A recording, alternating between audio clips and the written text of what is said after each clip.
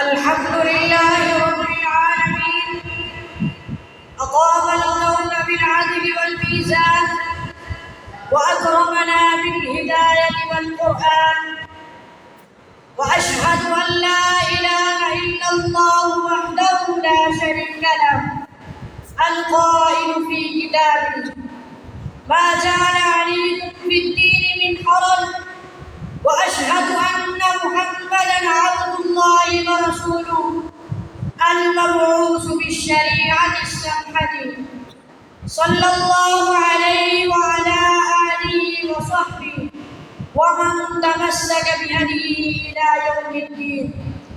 أما بعد، فأوصيكم أيها الناس ونفسي بتقوى الله جل وعلا، فاتقوا الله وراقبوه، واعلموا أنكم ملاقوه ويسألكم عما كنتم تعملون، فأعدوا للسؤال جوابا. أيها المسلمون، الإسلام دين وسطية واعتدال ومنهج يسر وسماحة، فهو قصد كله ورفق. قال صلى الله عليه وسلم: يسروا ولا تعسروا، وبشروا ولا تنفروا. رواه البخاري ومسلم. ومن جانب اليسر والسماحة ولم يوفق لللين واليسر بلي بالعسر والعنف، وسلك مسالك الشدة والمشقة، وصارت حياته كلها مبالغات وتجاوز في حد المعتاد.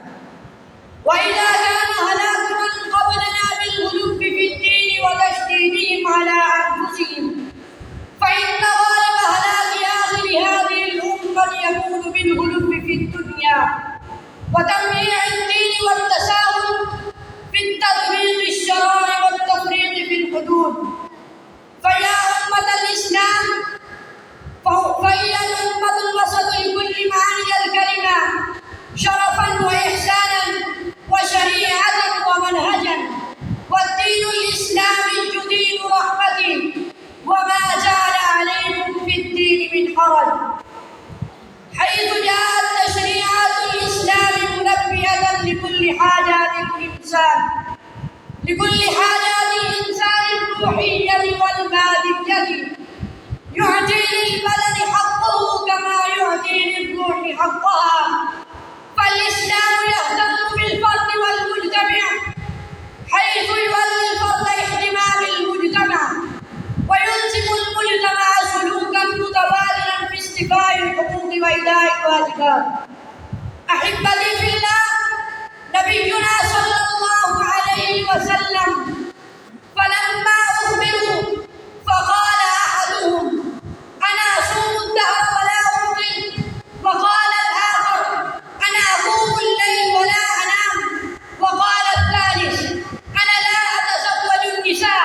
فلما بلغ ذلك النبي صلى الله عليه وسلم قال لهم: أما والله إني لأخشاكم لله وأتقاكم له، لكنني أصوم وأفطر وأصلي وأرقد وأتزوج النساء، فمن رغب عن سنتي فليس مني. وقد أخبر صلى الله عليه وسلم أن ما من غلا في دينه الهلاك، فقال: هلك المتنطعون، هلك المتنطعون، هلك المتنطعون. قالها ثلاث: والتنطع في الدين هو الغلو في الدين والتطرف فيه. فأخيرا أيها الإخوة الأحباب، علينا أن نتفكر بالعواقب، وأن نبني حصنا منيعا مجتمع، وعلينا أن نحذر من مخاض الفتن، وأن نعمل على إخفائها وإخمادها، وإذا اشتعلت قد لا تبقي ولا تذر. أقول قولي هذا، والسلام عليكم ورحمة الله وبركاته.